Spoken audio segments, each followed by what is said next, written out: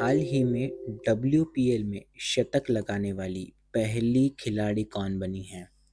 इनका नाम दोस्तों आप याद रखिएगा, इनका नाम है Nat Sciver Brunt. Option number 20 का करेक्ट हो जाएगा। याद रखिएगा, ये महिला प्रीमियर लीग के इतिहास में शतक बनाने वाली ये पहली महिला जो कि मुंबई इंडियंस की England all-rounder Nat Sciver Brunt बनी है। ये रही नेट सीवर ब्रंट और यही बनी है शतक बनाने वाली पहली महिला।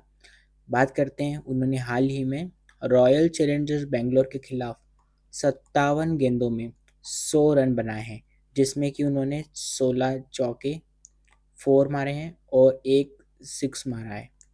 तो यह डब्ल्यूपीएल का पहला शतक था। इसके साथ ही वह टी20 फ्रेंचाइजी लीग में पहला व्यक्तिगत शतक लगाने वाली खिलाड़ी बन गई है, जो कि 1059 दिनों में इंतजार के बाद यह ऐतिहासिक उपलब्धि इन्होंने हासिल की है। तो ये आपको नाम याद रखना है, नेट साइवर ब्रंट, जो कि डब्ल्यूपीएल में शतक लगाने वाली कौन बनी है, ये पहली खिलाड़ी बनी है। ये आपको याद रखना है। अगर हम बात करें नेक्स्ट क्वेश्चन की, तो नेक्स्ट क्वेश्चन हमारे पास है कि हाल ही में 400 ग्रैंड स्लैम जीतने वाले पहले खिलाड़ी कौन बने हैं? तो ये बने हैं नोवाक जोकोविच। ऑप्शन नंबर सी इसका करेक्ट है। ये रहे नोवाक जोकोविच और यही बने हैं 400 ग्रैंड स्लैम जीतने वाले पहले खिलाड़ी। ये हाल ही में नोवाक जोकोविच, जो कि दुनिया के पहले टेनिस खिलाड़ी बन गए हैं जिन्होंने ग्रैंड स्लैम एकल मैचों में 400 जीत दर्ज की है। उन्होंने यह ऐतिहासिक उपलब्धि, जो कि 24 जनवरी 2026 को ये ऑस्ट्रेलियन ओपन 2026 के तीसरे दौर में नीदरलैंड के बैटिक वॉन डी ज़ेंडशूप को हराकर हासिल की है। इस जीत के साथ उन्होंने न केवल अपना रिकॉर्ड बनाया है, बल्कि मेलबर्न पार्क में अपनी 102वीं जीत दर्ज कर रोजर फेडरर के ऑस्ट्रेलियन ओपन में सर्वाधिक एकल मैच जीतने के रिकॉर्ड की भी बराबरी कर ली है। तो ये भी आपको याद रखना है, ठीक है। तो इसका आंसर हो जाएगा नोवाक जोकोविच, जो कि 400 ग्रैंड स्लैम जीतने वाले ये पहले खिलाड़ी बने हैं। इनका नाम आप याद रखिएगा। नेक्स्ट क्वेश्चन देखते हैं। हाल ही में भारत ने कहा गल्फूड 2026 में पार्टनर देश के तौर पर ऐतिहासिक शुरुआत की है? तो दोस्तों आपको याद रखना, ये है दुबई। ऑप्शन नंबर सी इसका करेक्ट है। ये हाल ही में भारत में ही दुबई यूएई में आयोजित गल्फूड 2026 में पार्टनर देश के रूप में ऐतिहासिक शुरुआत की है। यह जो आयोजन है ये 31 साल के इतिहास में पहली बार है जब भारत ने इस वैश्विक मंच पर आधिकारिक भागीदार देश की भूमिका निभाई है।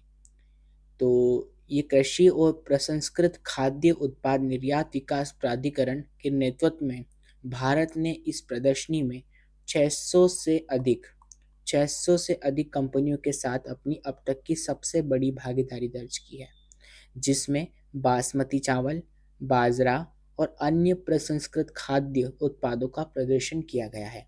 तो ये आपको याद रखना है, ये भारत ने दुबई गल्फूड 2026 में पार्टनर देश के तौर पर ऐतिहासिक शुरुआत की है।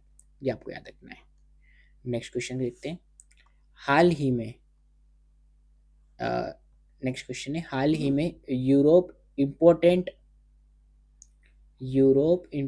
है, एक मिनट, ये यूरोप इम्पोर्टेंट कारों पर टैरिफ कितने प्रतिशत तक घटेगा? तो ये घटेगा 10%। ऑप्शन नंबर सी इसका करेक्ट है। पहले 40% घटने का था, लेकिन अब ये घटेगा 10%। तो ये याद रखना, भारत और यूरोपीय संघ के बीच ही 27 जनवरी को हुई ऐतिहासिक मुफ्त व्यापार समझौता के तहत यूरोप के जो आयातित कारों पर टैरिफ जो है वो 110% से घटकर कितना हो जाएगा, ये 10% तक किया जाएगा।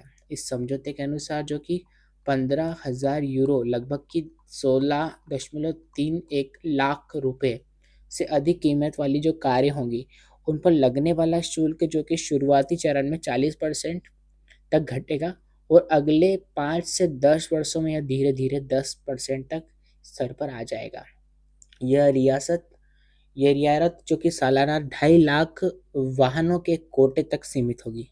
ये आपको याद रखना है।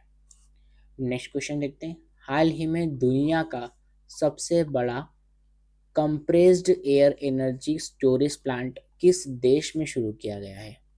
तो ये शुरू किया गया है चाइना में। ऑप्शन नंबर 20 का करेक्ट है। ये हाल ही में चाइना में हुबई प्रांत के यिंगचेंग में दुनिया का सबसे बड़ा compressed air energy storage plant शुरू किया गया है। अगर हम बात करें इसकी मेगावाट क्षमता की, तो ये 300 मेगावाट क्षमता वाले संयंत्र का नाम रखा गया है यिंगचेंग।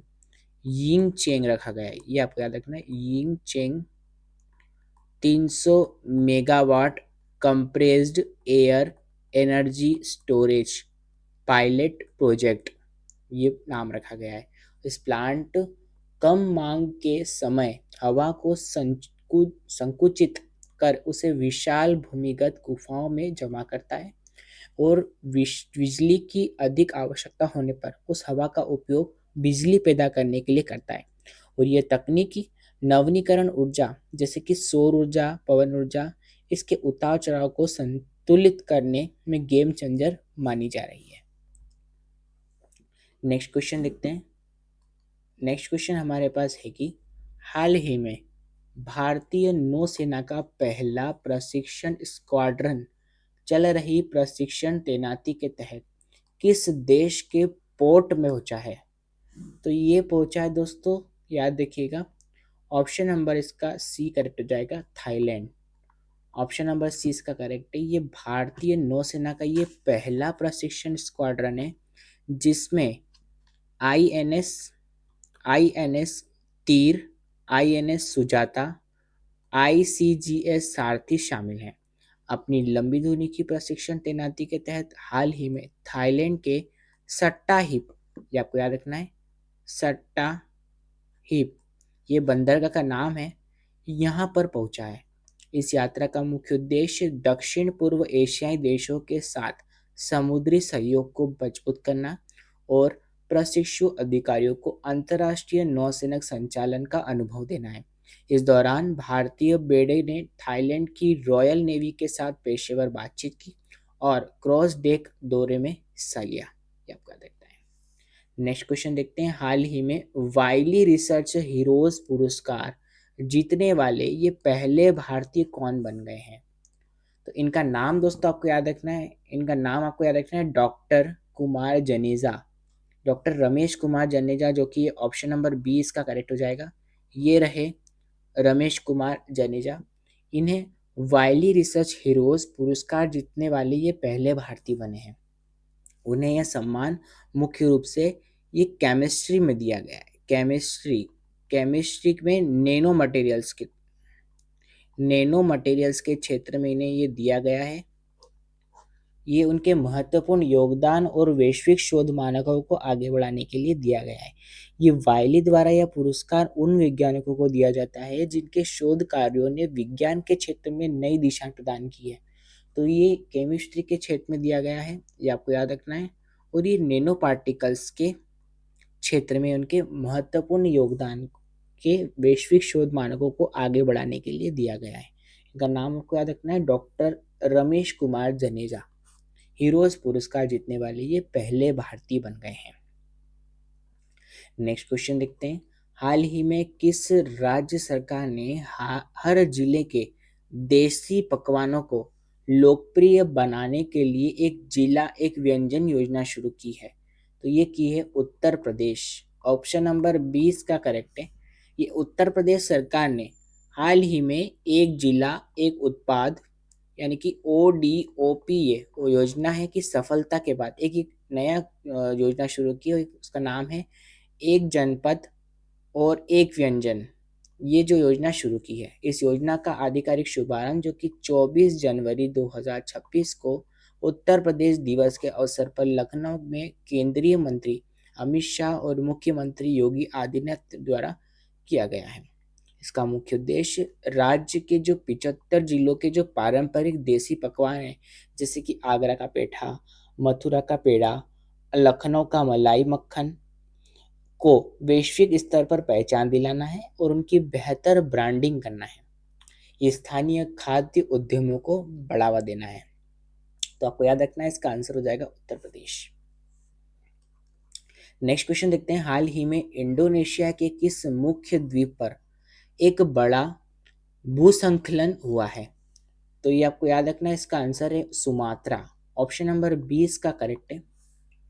ये हाल ही के इंडोनेशिया के ये सबसे बड़े प्रमुख सुमात्रा, ये सुमात्रा आपको याद रखना है, सुमात्रा का एक ये विनाशकारी भूस्खलन हुआ है। ये जो घटना है ये भारी मानसून बारिश के कारण सुमात्रा के उत्तरी हिस्से में हुई है, ये आपको याद रखना है, और जिससे कई घर मलबे में दब गए हैं। जान माल का काफ़ी नुकसान हुआ है। अब बात करें इंडोनेशिया की आपदा प्रबंधन एजेंसी के अनुसार, ये पहाड़ी ढलानों पर मिट्टी धंसने के कई गांवों का संपर्क टूट गया है। इंडोनेशिया अपने भौगोलिक ढांचे और मानसून के कारण अक्सर भूस्खलन और बाढ़ जैसी आपदाओं का सामना करता रहता है। तो ये आपको याद रखना है, ये इंडोनेशिया का मुख्य द्वीप है सुमात्रा, इसमें एक बड़ा भूस्खलन हुआ है। नेक्स्ट क्वेश्चन देखते हैं, हाल ही में नेशनल जियोग्राफिक डे कब मनाया गया है? तो ये मनाया गया है 27 जनवरी को। ऑप्शन नंबर 20 का करेक्ट है।